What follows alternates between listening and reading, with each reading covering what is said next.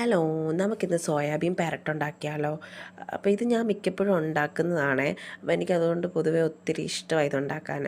അപ്പോൾ ഇതാദ്യമേ കുതിർത്തെടുക്കുക ചൂടുവെള്ളത്തിൻ്റെ അകത്ത്.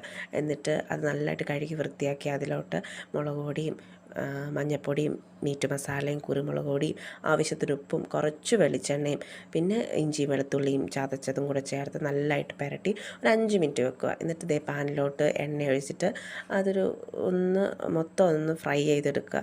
ഒന്ന് ഫ്രൈ ആയി വരുമ്പോഴത്തേനും അത് വേറൊരു പാത്രത്തിലോട്ട് മാറ്റിയിട്ട് നമുക്ക് ആ ഫ്രൈ ചെയ്ത പാനിൽ തന്നെ കുറച്ച് വെളിച്ചെണ്ണ ഒഴിച്ചിട്ട് തേങ്ങാക്കൊത്ത് നമുക്കൊന്ന് മൂപ്പിച്ചെടുക്കാമേ.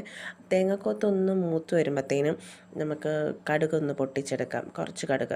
എന്നിട്ട് നമുക്ക് മസാലക്കൂട്ടൂടെ ഇട്ട് അതൊന്ന് ചൂടായി വരുമ്പോഴത്തേനും സവോള ഇട്ട് ഒന്ന് ഇച്ചിരി ഉപ്പൂടെ ഇട്ട് വഴറ്റി ഇച്ചിരി ഇഞ്ചി വെളുത്തുള്ളിയും കൂടെ ചതച്ചും കൂടെ ഇട്ട് ഒരു തക്കാളിയും കൂടെ ഇട്ട് വഴറ്റിയെടുക്കുമ്പോഴത്തേനും അതിലോട്ട് നമ്മുടെ പൊടികളെല്ലാം കൂടെ ചേർത്ത് കൊടുക്കാം.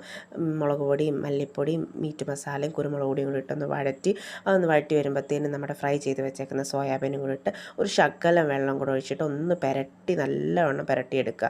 എന്നിട്ടൊരു ശകലം നമ്മുടെ കരിവേപ്പില ഇടുമ്പോഴത്തേനും അടിപൊളിയായിട്ട് റെഡി ആയിട്ടുണ്ട്. നല്ല പെരണ്ട് വന്നിട്ടുണ്ട്. അപ്പോൾ ഞാൻ പൊറോട്ടയുടെ കൂടെയാണ് കഴിക്കാൻ പോകുന്നത്. അപ്പോൾ എല്ലാവരും ട്രൈ ചെയ്ത് നോക്കാം.